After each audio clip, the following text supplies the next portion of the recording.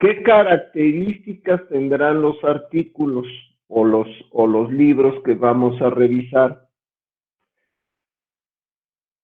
Y finalmente, el espacio de tiempo que estamos revisando. Por decir, se revisará la generación de materiales para prótesis biomédicas de hueso o para prótesis mecánicas de brazo y mano del año 2000 al 2020 o del año 2010 al 2020.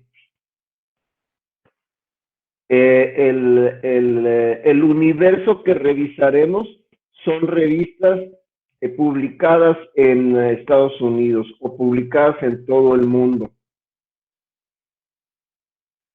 Entonces, ahí estamos delimitando el universo de la revisión para evitar confusiones, tanto en quienes nos leen como en nosotros mismos, que vayamos a perder la visión y vayamos a cometer algún error.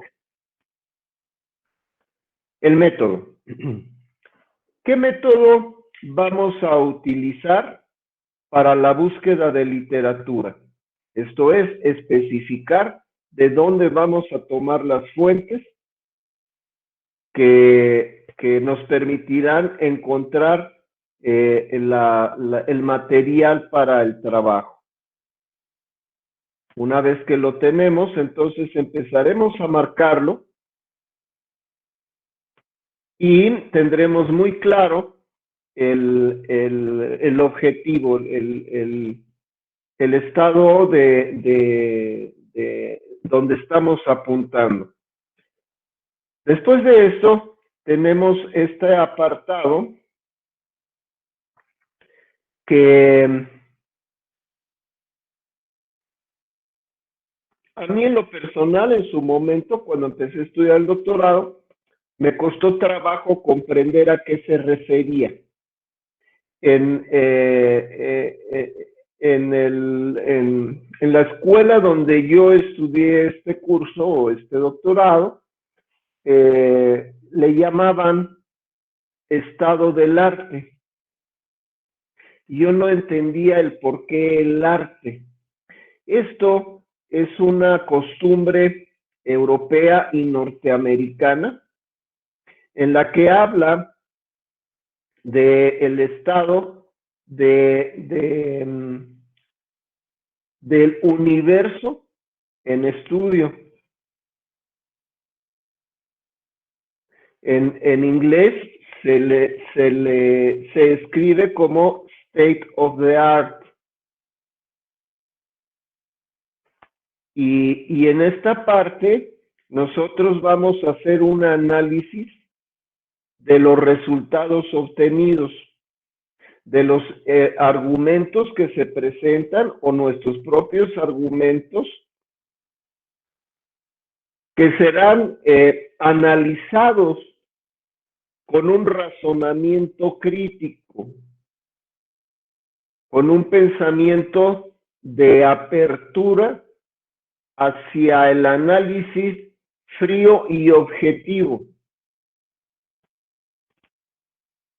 En caso de que después de revisar todo ese universo nos quedaran dudas acerca de el horizonte de ese tema, bueno, lo expresaremos dejando abierta la puerta para que nosotros o alguien más pueda continuar con esa revisión. Antes de pasar al cartel o póster, que muy probablemente sea la primera muestra que ustedes tengan o la primer contacto que ustedes tengan con las exposiciones de artículos científicos, me voy a permitir presentarles a ustedes dos artículos, un ejemplo de dos artículos para que puedan ustedes analizar su estructura. El primero es un estudio que realizamos en la Universidad de Sonora, en la Universidad Autónoma de Sonora, y que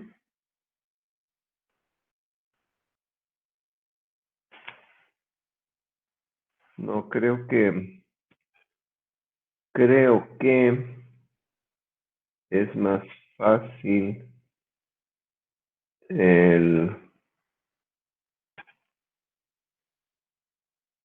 para que podamos ver las letras más grandes. Lo hacemos crecer aquí.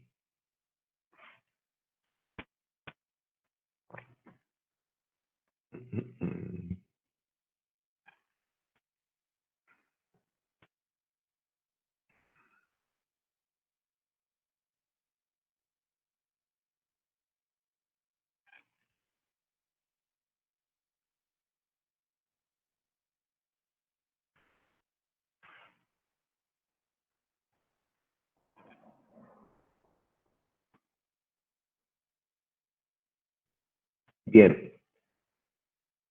Esta es la forma en cómo se nos presenta una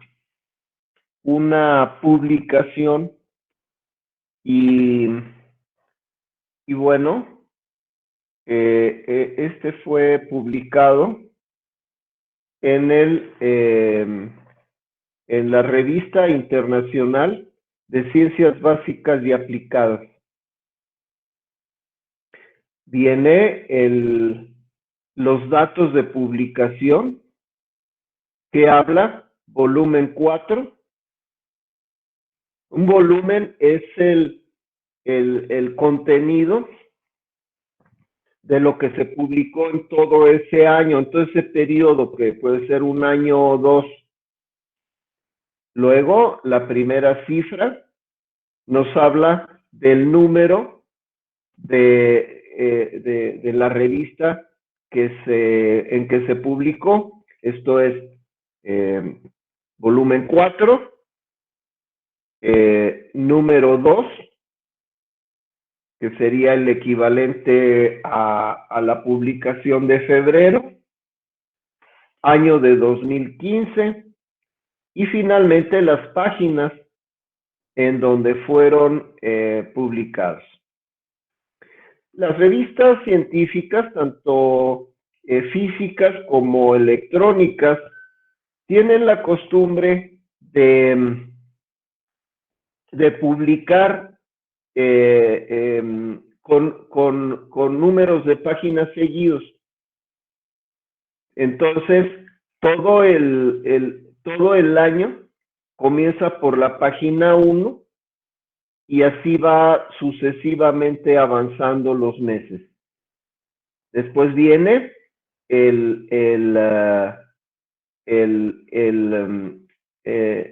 dato del índice que se utiliza o que se utilizó para calificar el índice de impacto o la cantidad de impacto de lectura que tiene esta revista. Más abajo vienen los datos de publicación.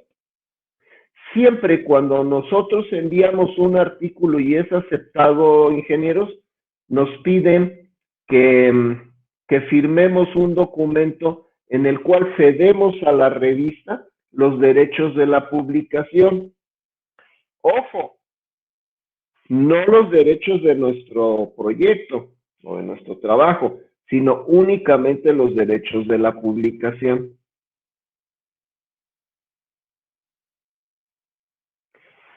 Finalmente, está, bueno, por eso aparece aquí el círculo que indica que es una marca registrada, la editorial, tenemos el número DOI, que lo veremos cuando veamos las normas APA para escritura, para redacción. DOI es un número único electrónico que le permite al artículo que ustedes están solicitando tener un registro de propiedad. Entonces, este número jamás va a cambiar. Este número jamás va a caducar. Y las siglas DOI significan algo así como número único de identificación. Acá es el logo de la compañía editorial. Después tenemos el título del artículo.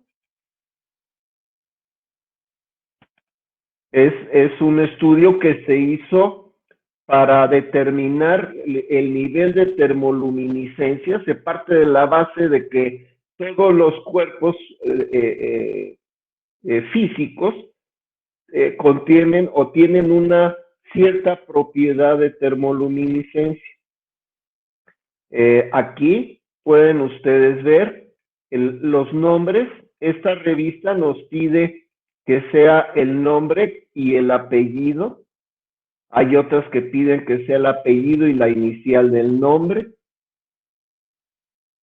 Por eso hay que fijarnos en la revista que vayamos a enviar, cuáles son sus solicitudes para los colaboradores o sus requisitos para los colaboradores. Aquí tenemos entonces los nombres, decía yo. Les mencionaba yo que el profesor que fue mi director de tesis, esto fue muy posterior a la tesis, pues es un hombre que tiene ya un nivel mucho más alto en la ciencia y ya no le interesa figurar al principio o esto. Él siempre nos pide que lo pongamos al final. Sin embargo, esta indicación, esta estrellita, este es asterisco quiere decir estrellita, indica que él es el correspondent author, o sea, al que se le envían las separatas, las preguntas, las dudas, las solicitudes de colaboración, etcétera. Él, lo que les mencionaba, para indicar la institución a la que pertenecemos, tenemos entonces que es el número 1. Bueno, entonces él está adscrito al Centro de Física Aplicada y Tecnología Avanzada, Universidad Nacional Autónoma de México, apartado postal tal, Ciudad de Querétaro y código postal.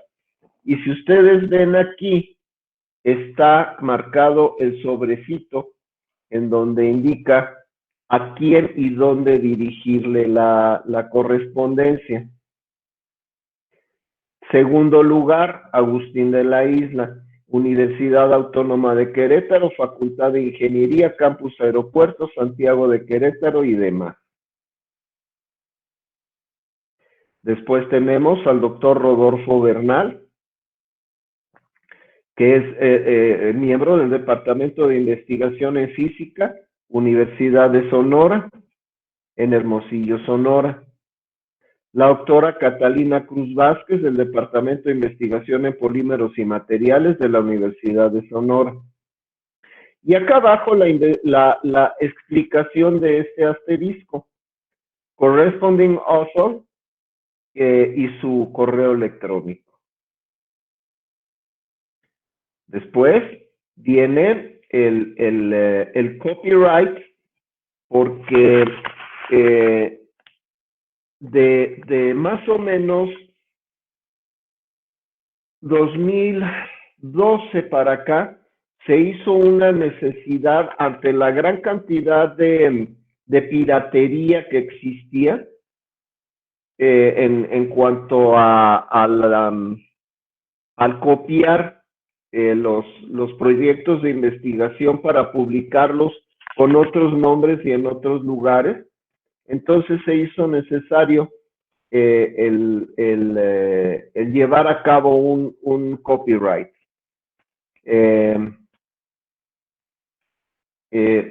Aquí, de cualquier manera, se especifica dónde localizar los datos que avalan este copyright. Tenemos enseguida el abstract, el resumen. Y ese resumen nos habla de no más de 150 palabras.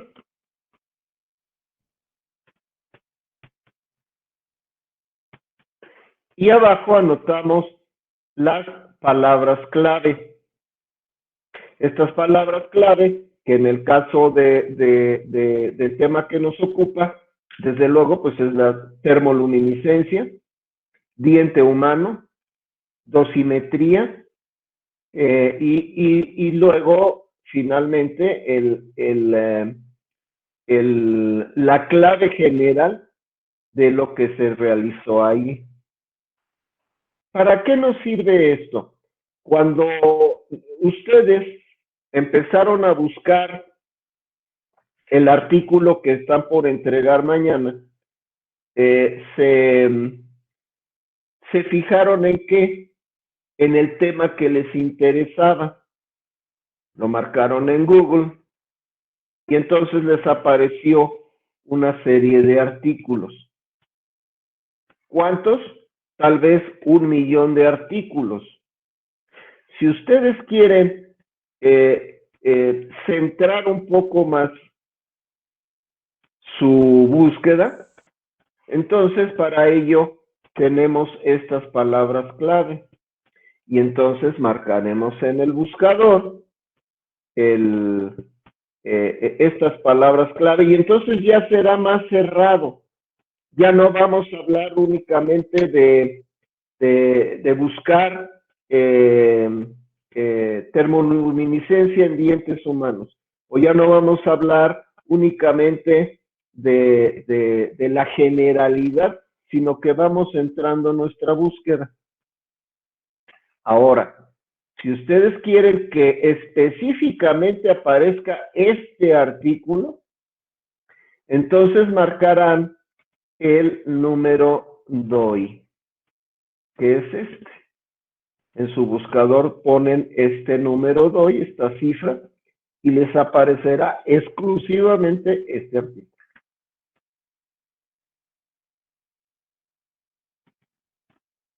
Bien.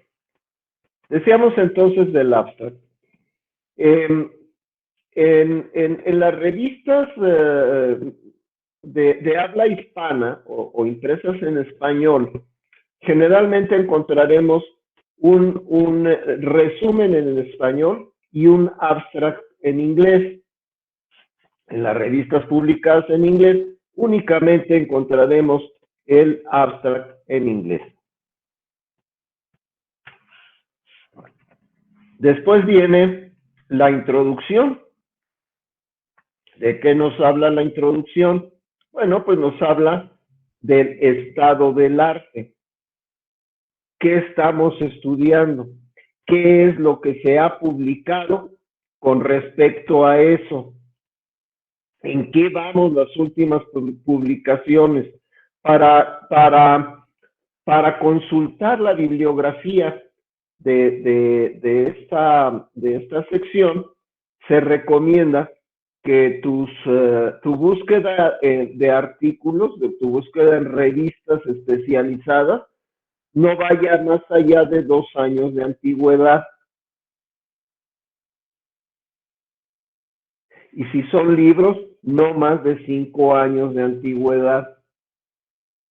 A menos que el artículo que esté citando sea un artículo clásico, considerado como clásico del tema, y entonces no tendrá vencimiento de antigüedad, digamos. Aquí hacemos una serie de llamadas, aquí tienen, 1, 2, porque son las claves, las llamadas para la bibliografía, que esa la tenemos acá. Son las notas de donde tomamos la referencia.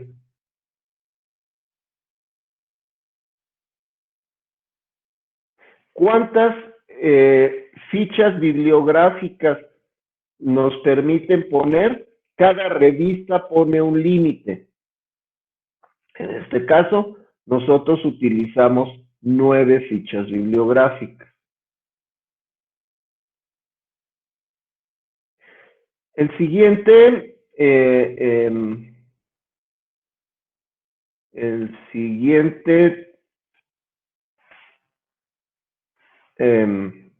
la siguiente sección es la explicación de qué se hizo, en qué consistió el método.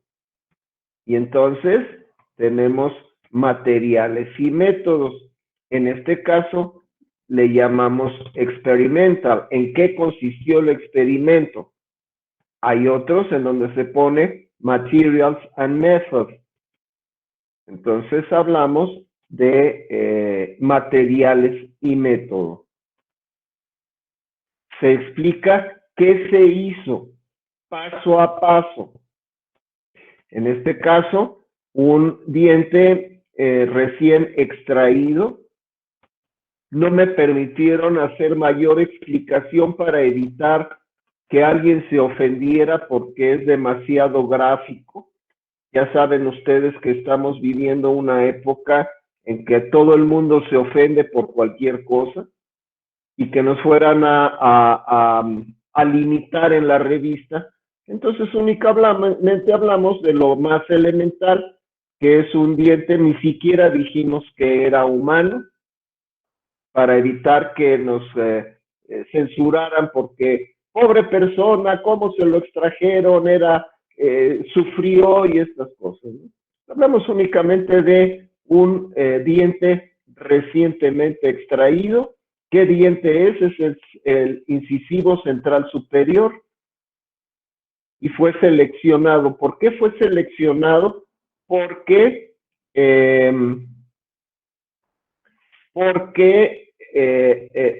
se requieren de datos, de requisitos importantes. Uno, que sea completo, que no tenga ninguna lesión y que no esté sucio de cuestiones de sarro o placa bacteriana o esta situación. ¿Por qué? Porque eso afectaría la lectura cuando se aplicó la termoluminiscencia.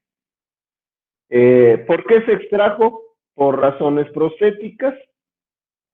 O sea, no lo sacamos para hacer esto, fue extraído para alguna otra razón, se cepilló y se desinfectó, y entonces se hizo un corte específico únicamente de la capa más externa de la corona del diente, que es el esmalte. El esmalte está conformado por hidroxiapatita de calcio en un 96%. Es prácticamente inorgánico. Se cortó entonces, aquí vienen las medidas, se hicieron varios cortes, varias muestras, y entonces se describe el aparato que se utilizó para hacer las mediciones, qué tipo de radiación, qué intensidad de radiación, y finalmente tenemos los resultados y la discusión.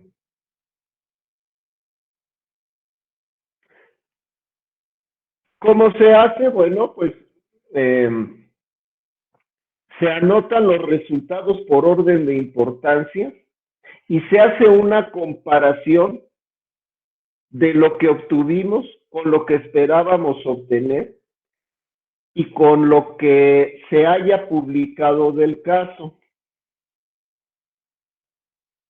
Se anotan al final, más bien se anotan en esta sección donde deberían de ir las figuras. ¿Por qué? Porque a la hora que los editores realizan, le llaman el maniquí, o le llaman el dummy, o le llaman la estructura de la revista, para acoplarla a que tenga el formato deseado. Siempre se mueve. Si yo hubiera puesto aquí, en lugar del letrero, la figura, lo más seguro es que a la hora que lo acomodara, esa figura se movería del lugar, y muchas veces quedan en lugares lo menos adecuado posible.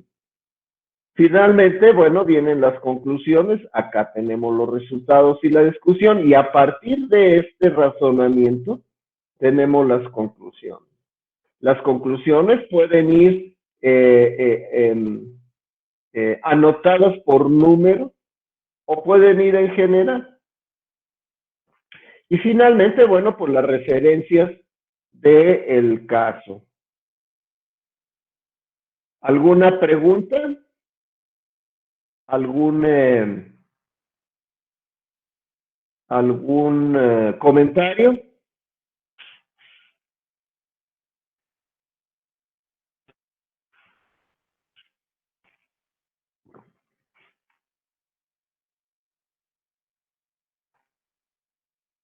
Bien. No, profe. Aquí tenemos otro ejemplo de artículo de revista. Esta fue editada. Bueno, la otra es revista electrónica, indexada y arbitrada. Esta no, esta es publicado en revista física. Bien.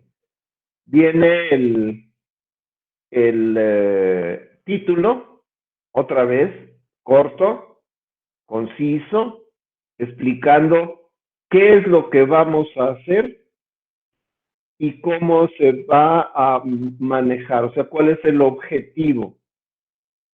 De aquí, el autor principal, si se fijan tanto en el otro como en este, los autores no vienen por orden alfabético. En el grupo en el que trabajo, que es liderado por el doctor Castaño, acordamos que de acuerdo a tu participación será el lugar que ocupes en la lista de autores. De ahí tenemos un profesor que probablemente ustedes conozcan, el doctor Jaime Horta, también de la Facultad de Ingeniería. La doctora Ana Rivera, del Centro de Física Aplicada. Enseguida vengo yo, que también estoy integrado en la Universidad Autónoma de Querétaro, en el campus Cerro de las Campanas. El doctor Adrián Oscam, que es del Centro de Física Aplicada. Y les quise poner este porque pueden ustedes ver cómo se repiten los números. No es necesario repetir otra vez los datos de la institución a la que pertenecemos. Nuevamente vemos como corresponding author al doctor Castaño. En esa época yo lo había invitado a realizar una estancia sabática en la Universidad Autónoma de Querétaro. Estábamos en el campus, cuando recién se inició el campus aeropuerto. Él estuvo 3 años con nosotros. Vemos las palabras clave. Vemos el abstract, nuevamente un abstract corto.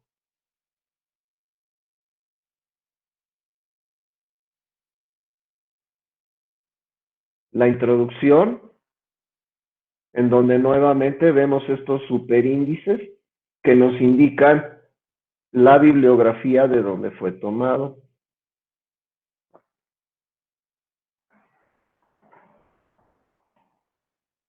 Acá está la bibliografía. Ah, caray, pero acá vemos que son muchas más, por supuesto. Aquí es donde le estamos indicando en la descripción de las figuras. Mismas figuras que vemos acá arriba.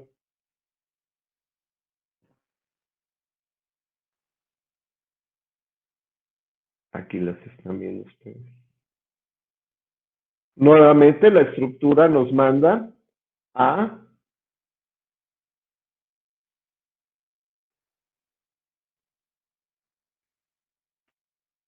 materiales y métodos. Cómo se hizo la simulación, qué maquinaria se utilizó, la programación para medir la fotoelasticidad. Después vienen los resultados y la discusión, obviamente, el razonamiento crítico o el aparato crítico le llaman algunos, y las conclusiones. El agradecimiento, ¿no? O los agradecimientos que ya les había yo mencionado. Y finalmente la bibliografía.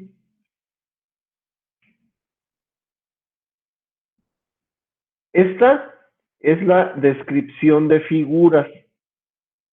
Esta siempre se manda al final en los anexos. ¿Para qué? Para que se puedan colocar en el lugar que les corresponde.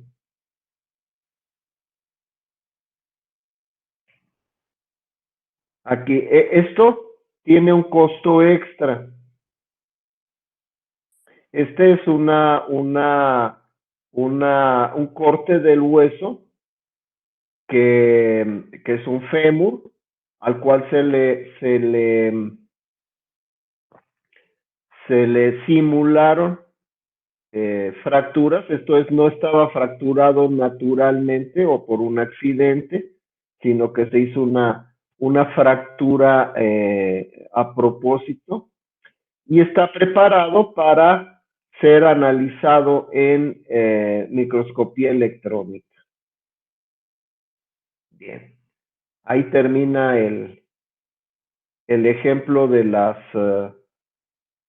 los artículos. ¿Algún comentario?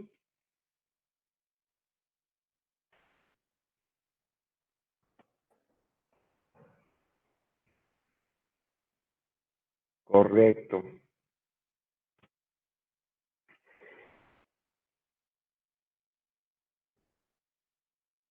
Continuamos entonces, doctores, perdón, ingenieros, con el cartel. El cartel o póster es una manera gráfica de exponer los resultados de una investigación. Ustedes en su papel de estudiantes, muy probablemente, les repito, sea el primer contacto que tengan con las publicaciones científicas. Esta es considerada una publicación científica. ¿Por qué? Porque generalmente lo damos a conocer en un concurso, en un congreso, y entonces, por lo tanto, adquiere esa categoría. El cartel o póster tiene características muy especiales.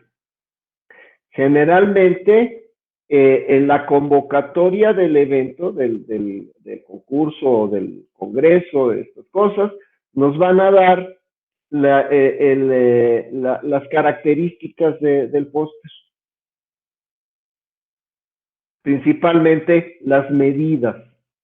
¿Por qué? Porque al mismo tiempo que vamos nosotros, van otros 2, 10 o 50 estudiantes más de distintas instituciones a presentar también sus trabajos. Ojo, aquí es importante poca escritura y mucha imagen. ¿Por qué? Porque una imagen explica mejor y ocupa menos espacio que el estar explicando. Además, a la hora que se están revisando, que se están calificando, evaluando los pósters para los premios, pues se forma una gran cantidad de personas al mismo tiempo Y si nosotros tenemos mucha información escrita, se van a tardar más en estarlo checando. ¿Qué resulta de eso? Que no lo lean completo. Por lo tanto, no se llevarán una imagen concreta y completa de nuestro trabajo.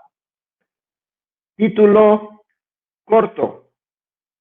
¿De qué tamaño la letra? Que sea legible por lo menos a 2 metros de distancia. ¿Por qué? Por lo mismo que les dice, se aglomera ahí la multitud. Una introducción breve e inteligible, no más de 50 palabras. Métodos, también muy breve, no más de 50 palabras. Esta es la parte principal de esta muestra o artículo de investigación, es los resultados. La mayor parte de la zona escrita será ocupada por los resultados. ¿Qué resultados tuvimos? ¿Cómo se reflejaron? ¿Para qué van a servir? La discusión no tiene mucho lugar aquí. Si la obviamos, no hay mayor problema. Pero sí lo que es importantísimo es las conclusiones. Y estas serán enumeradas por orden de importancia. Finalmente, las citas bibliográficas que no son obligatorias y que en todo caso de presentarlas, lo haremos únicamente si es que queremos resaltar la importancia de esas citas bibliográficas. ¿Comentarios hasta aquí? Bien. Las reseñas de libros, bueno, pues es un trabajo que normalmente no realizamos. Hay personas que se dedican como parte o como un total de su trabajo de investigación a hacer crítica de libros. Y esta crítica de libros es muy delicada. ¿Por qué? Porque fácilmente podemos caer en la alabanza al autor, y esto es considerado como una muestra de pedantería, de rebuscamiento, un afán de quedar bien con las personas. También hay que tener mucho cuidado. La crítica, ingenieros, debe ser severa, objetiva, pero no hipócrita. Tampoco caer en la ambigüedad.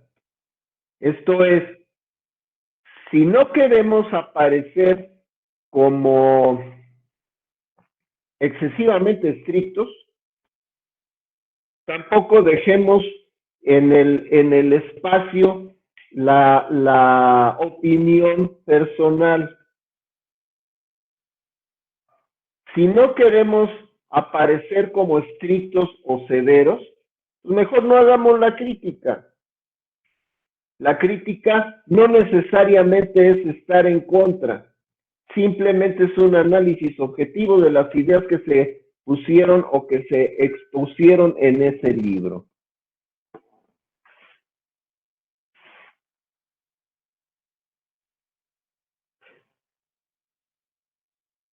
¿Qué es lo que vamos a preguntarnos o cómo vamos a estructurar nuestra crítica para que ésta sea objetiva? Bueno, primero, ¿qué encontramos en el libro? ¿Qué nivel de investigación, qué nivel de trabajo encontramos en él? Generalmente los libros científicos, igual que los libros de literatura, eh, tienen un objetivo primario y es cuál, el exponer un problema. ¿Tiene nivel? ¿Tiene sentido? ¿O es de bajo nivel de investigación? ¿Hay alguna innovación? ¿Se presenta alguna innovación científica o tecnológica? Ahora, desde el punto de vista formal, ¿es realmente una monografía? Por ello, las características de la crítica de libros son tres. Debe ser descriptiva, debe ser rigurosa, no importa la severidad con que tratemos al autor.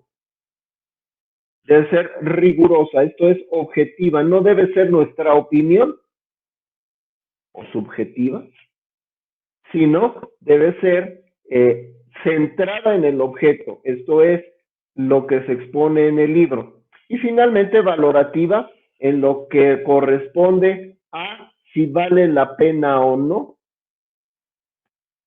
el problema que se plantea y las soluciones, obviamente. Bien. Hasta aquí con las publicaciones cortas. ¿Alguna pregunta o comentario?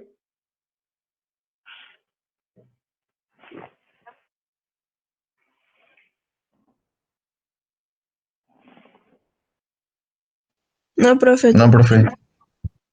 ¿Todo bien? ¿Ya listos para escribir su primer artículo? Sí.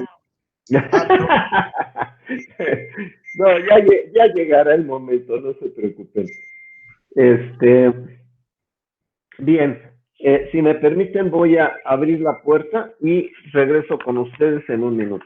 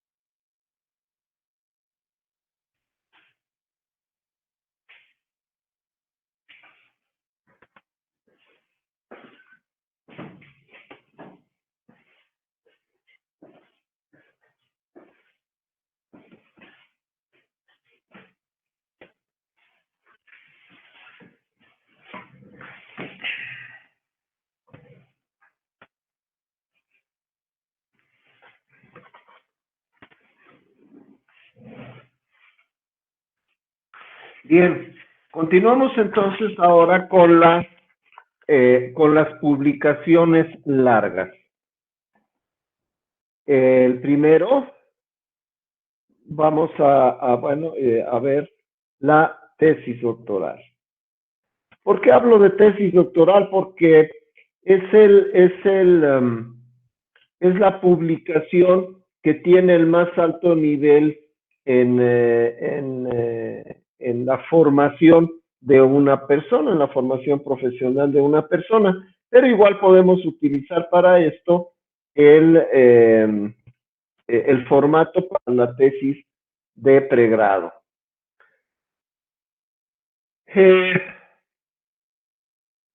Cada universidad, y la Universidad Autónoma de Querétaro no es la excepción, tiene sus reglas y sus normas para la estructura de las tesis. Aquí yo les voy a exponer un formato general, pero cuando llegue el momento de hacer la tesis tendrán ustedes que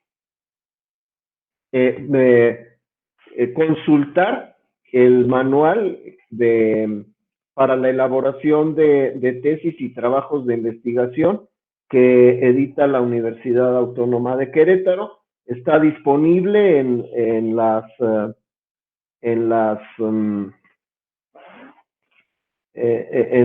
página de la universidad, en la zona donde está posgrado e investigación. La tesis doctoral tiene varias partes. Uno, la primera, es el encabezado o encabezamiento, el cual llevará el título de la tesis, el nombre del autor y la facultad o departamento al que pertenezca. Enseguida, página aparte, llevará la introducción. En la introducción trabajaremos el aspecto de el qué vamos a trabajar, presentación del problema. 2, justificación. ¿Por qué se justifica que nosotros hayamos escogido este tema? El objetivo general, los objetivos específicos, el tipo de estudio. Enseguida viene la sección de materiales y métodos, que es el desarrollo planeado de la tesis. Este nos llevará no más allá de media cuartilla, esto es aproximadamente 250 palabras. En el cuerpo de la tesis es donde ocuparemos la mayor parte de la redacción y ahí describiremos paso a paso lo que estamos haciendo, lo que se hizo. Se redactará en tiempo pasado y de forma impersonal, esto es en tercera persona. Ahí mismo incluiremos el aparato crítico, esto es la discusión, los resultados y enseguida tendremos las conclusiones. Finalmente, la bibliografía general, en donde hablaremos de las referencias en las cuales estamos nosotros apoyando el trabajo. Finalmente, y puede ir al final del texto o en ocasiones al principio, el índice general, en donde indicaremos en qué página va quedando cada uno de los apartados. Hablemos entonces de las, yo creo que el encabezado pues no necesita mayor explicación, pero pasaremos directamente a la introducción. Decíamos entonces, ¿por qué lo estoy haciendo? ¿Qué razones fueron las que me llevaron a esto? Y eso se llama justificación. Después, las hipótesis. ¿Qué hipótesis tengo formadas para comprobarlas? Hipótesis afirmativa, hipótesis negativa, hipótesis de trabajo. Y ojo, estas son las que planteamos el inicio. Puede ser que durante el desarrollo surjan nuevas hipótesis o incluso que en las conclusiones nosotros demos apertura a que otras personas o nosotros mismos, ya fuera de la tesis doctoral, continuemos con esa línea de investigación. ¿Qué problemas fundamentales son los que encontramos y estamos tratando?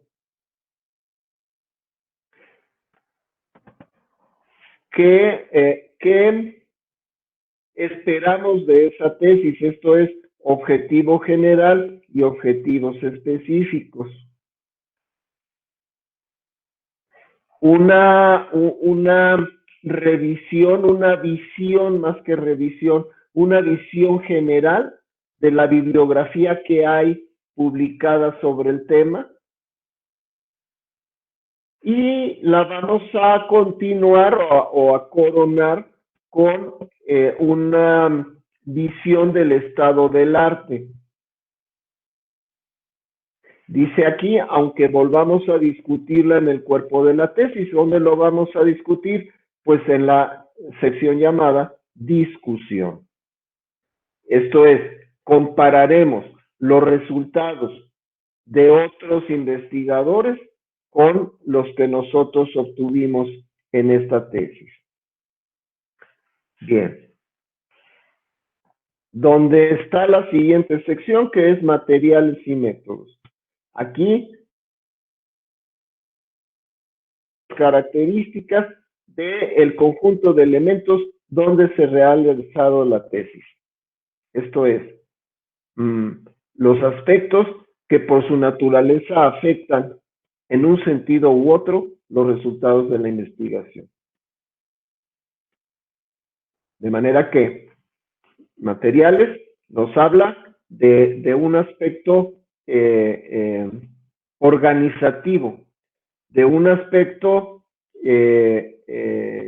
técnico, no del material, las pipetas, las máquinas que se usaron esto. La metodología. En la metodología debemos de colocar claramente el carácter académico de la tesis. Esto es, en qué nosotros vamos a colaborar con el mejoramiento del conocimiento. Acuérdense, esto que les voy a decir, una tesis doctoral tiene como característica principal ser un trabajo original.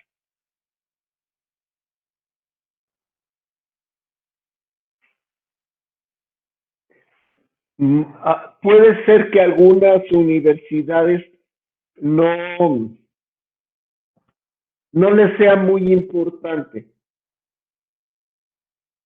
pero requisito sin el cual no se puede trabajar o aceptar un proyecto de tesis doctoral es que el proyecto, la investigación que se plantea sea original.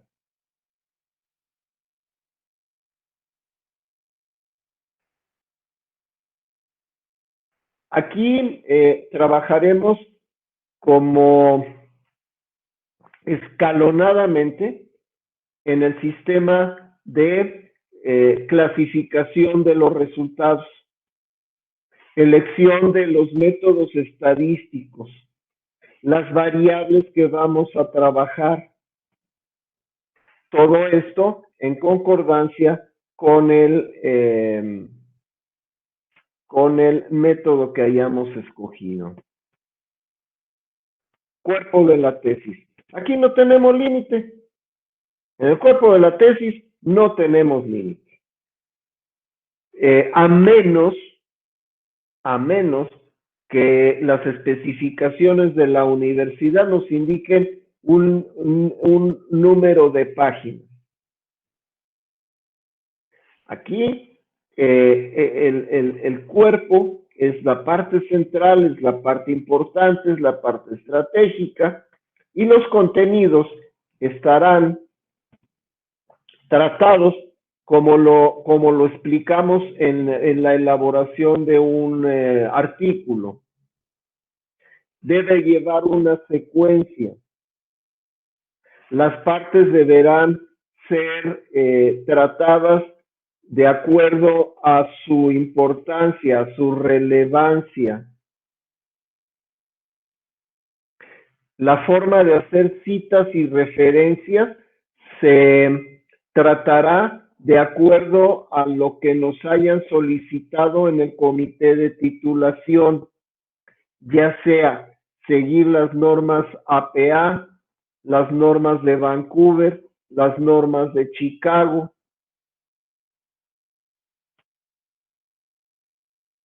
Y de acuerdo, dice aquí, a la disciplina, variará el enfoque de la presentación de observaciones y resultados. Esto es, en el caso nuestro, en el caso de ciencias exactas, en particular de ingeniería biomédica, la presentación de las observaciones y resultados lleva una secuencia muy propia de la disciplina, muy propia de lo nuestro, y estará enfocada a la resolución del problema, misma que expusimos al inicio de la tesis en el renglón que dice presentación del problema. Finalmente, las conclusiones que pues aquí el autor nos dice que deberían ser innecesarias. Yo creo que, y es una manera muy personal, yo creo que para evitar confusiones, sobre todo en lo que es importante en este momento, ingenieros, que es el de la presencia de un cuerpo de sinodales, de un jurado, de un sínodo,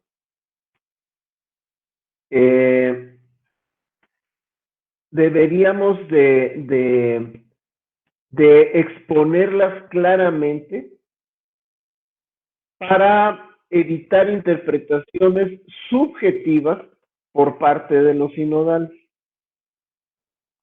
Párrafos cortos, bien claros,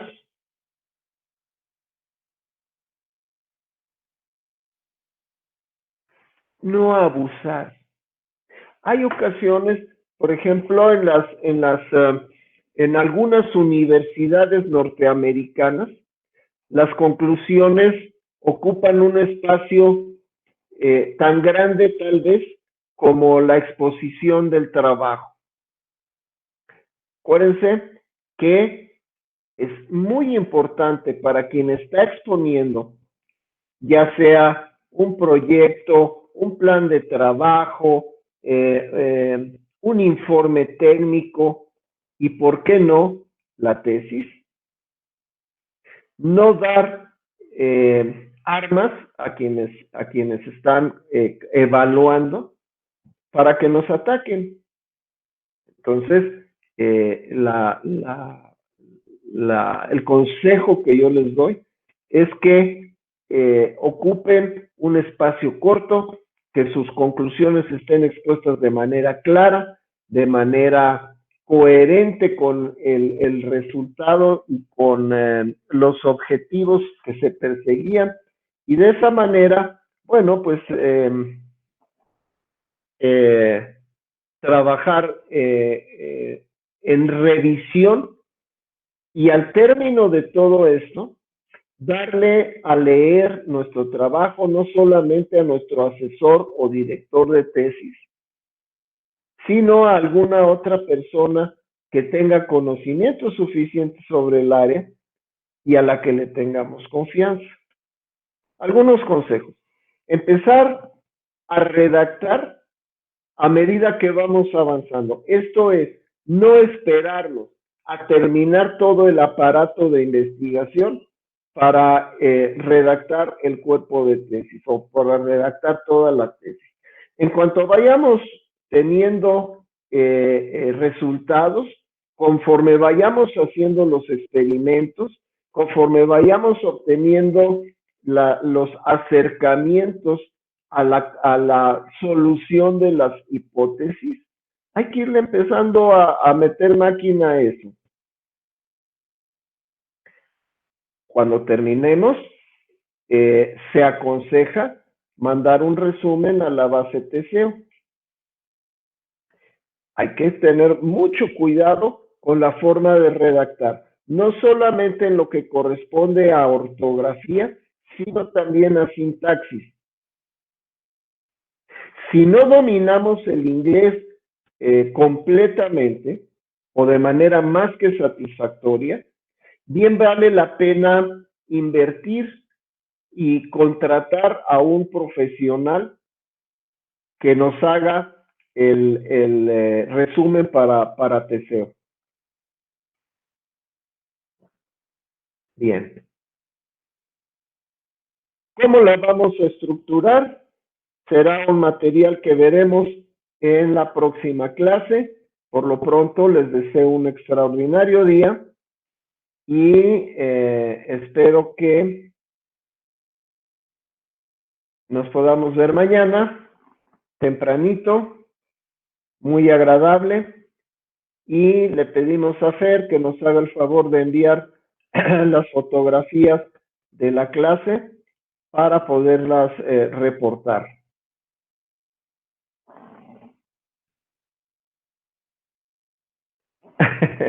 Bien, que tengan un buen día, ingenieros. Nos vemos entonces mañana. Hasta luego. Gracias, profe. Hasta luego. Hasta luego, profe. Hasta luego, profe. Muy buen día para todos. Hasta luego.